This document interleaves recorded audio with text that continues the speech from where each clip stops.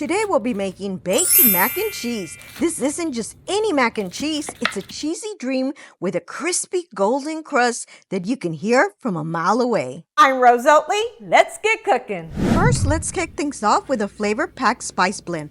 In a bowl, combine half a tablespoon of onion powder, half a tablespoon of garlic powder, half a tablespoon of Italian seasoning, and half a tablespoon of smoked paprika. If you prefer a milder taste, regular paprika works just fine. Give it a good stir and set it aside. We're going to be using 3 different types of cheeses. 16 ounces of medium cheddar, 16 ounces of Colby and Monterey Jack, and 16 ounces of mozzarella for that unbeatable stretch. Here's a crucial tip. Always shred your own cheese.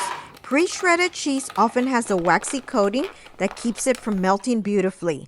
I love using this handy shredder. Check the link in the description below to grab one for yourself. Trust me, fresh cheese makes all the difference. In a large bowl, combine all your freshly shredded cheeses, give it a good mix, and set aside for now. Now bring a pot of water to a rolling boil and add 1 tablespoon of salt. We're skipping the oil this time because we want that glorious cheese to stick to our macaroni.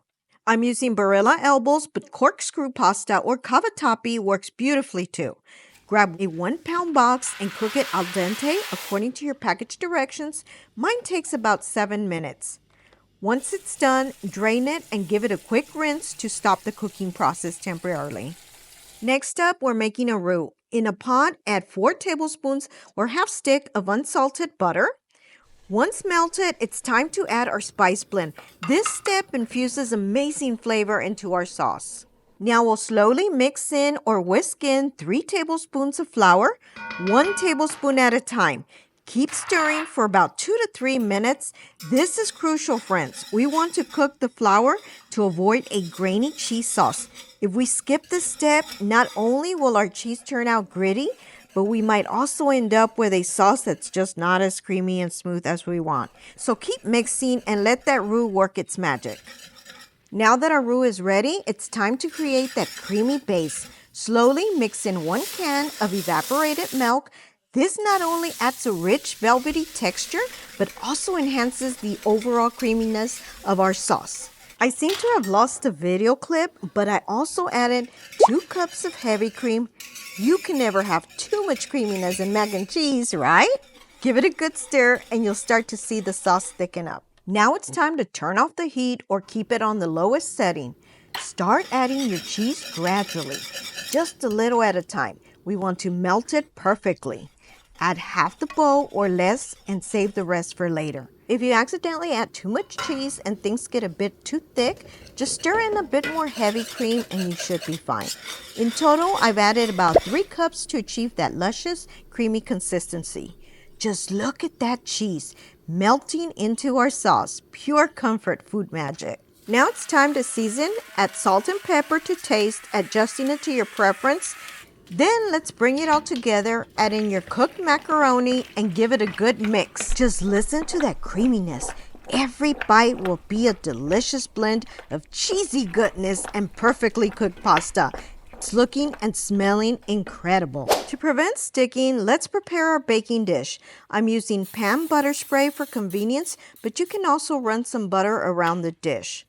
Now add half of your creamy macaroni mixture into the dish, spreading it out evenly.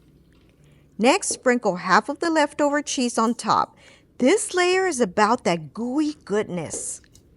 Then add the rest of the macaroni on top, followed by the remaining cheese. This is where we create that irresistible cheesy crust that everyone loves. Now bake at 350 degrees Fahrenheit or about 175 degrees Celsius for 25 minutes. And this is what you get. If you're like me and love that nice crispy top, pop it under the broiler for about an additional 2 minutes. Just keep an eye on it to make sure it doesn't burn. That golden crust is a perfect finishing touch to our baked mac and cheese. You can top it off with a little bit of chopped parsley. Now let's cut into this cheesy masterpiece so you can see the gooey goodness inside. Just look at that creamy texture. It's calling your name. Let's give it a try. I can't wait to dig in and experience all the flavor and creaminess. Trust me, you're going to want to make this for yourself. Now it's time for the taste test.